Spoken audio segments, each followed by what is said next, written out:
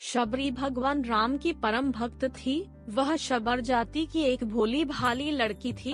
शबर जाति के लोग देखने में बहुत कुरूप होते हैं, लेकिन शबरी इतनी कुरूप थी कि शबर जाति के लोग भी उसका तिरस्कार करते थे। शबरी के माँ बाप को शबरी के विवाह की बहुत चिंता होती थी। वे दिन रात बस इसी चिंता में डूबे रहते थे कि आखिर शबरी के वैवाहिक जीवन का क्या होगा। आखिरकार शबरी के माता पिता को शबर जाति का एक विवाह योग्य लड़का मिल गया। माता पिता के रात्रि में शबरी का विवाह कर उसे रात्रि में ही विदा कर दिया। उन्हें डर था कि कहीं लड़का शबरी को देखकर विवाह के लिए इनकार न कर दे। शबरी अपने पति के साथ रात्रि में ही निकल गई। आगे आगे शबरी का पति चल रहा था और पीछे पीछे शबरी। चलते चलते वे दंडक वन में आ पहुँचे। वहाँ उन्हें सुबह हो गई। लड़के ने सोचा देखूं तो सही मेरी स्त्री कैसी दिखती है। लड़के ने पीछे मुड़कर देखा तो शबरी की कुरूपता देखकर वह डर गया। उसे लगा यह तो कोई राक्षस कुल ही है जो मुझे यहीं खा जाएगी। यह सोचकर लड़का शबरी को वहीं छोड़कर भाग गया।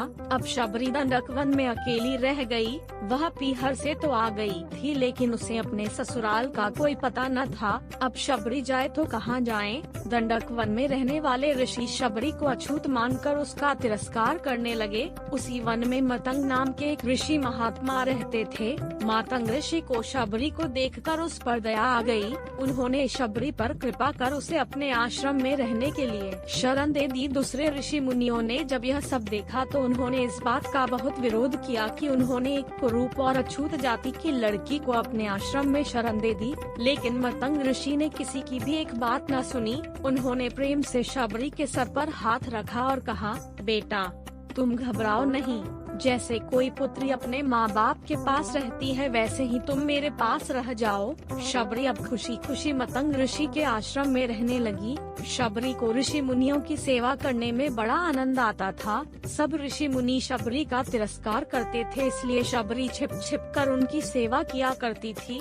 रात में जब सब सो जाया करत एक ही मात्रा थे तो शबरी रात में ऋषियों के स्नान के लिए पंपा सरोवर जाने वाले रास्ते को जाकर बुहार देती थी। जहाँ कंकड़ पत्थर पड़े होते थे उन्हें हटाकर वहाँ बालू बिछा देती थी। ऋषियों के लिए ईंधन लाकर रख देती थी। अगर कोई शबरी को देख लेता तो वह वहाँ से डर के मारे भाग जाती थी। उसे डर था कि कहीं मेरी छाया ऋषि मुनियों पर पड़ गई तो वह अशुद्ध हो जाएंगे। बस इसी प्रकार ऋषि मुनियों की सेवा में उसका समय बीतता गया। आखिर एक दिन वह समय भी आ पहुँचा जो सबके लिए अनिवार्य है। मतंग ऋषि का समय छूटने का समय आ गया था। जैसे माँ बाप के मरते समय बालक रोता है वैसे ही शबरी भी फुट फुट कर रोने लगी थी। रोने की मात्रा के सिवा वह कर भी क्या सकती थी। मतंग ऋषि ने शबरी को अपने पास बुलाया और कहा, बेटा तुम चिंता न करो, एक दिन तुम्हारे पास भगवान राम आएंगे। बस इतना कहकर मतंग ऋषि शरीर छोड़कर चले गए।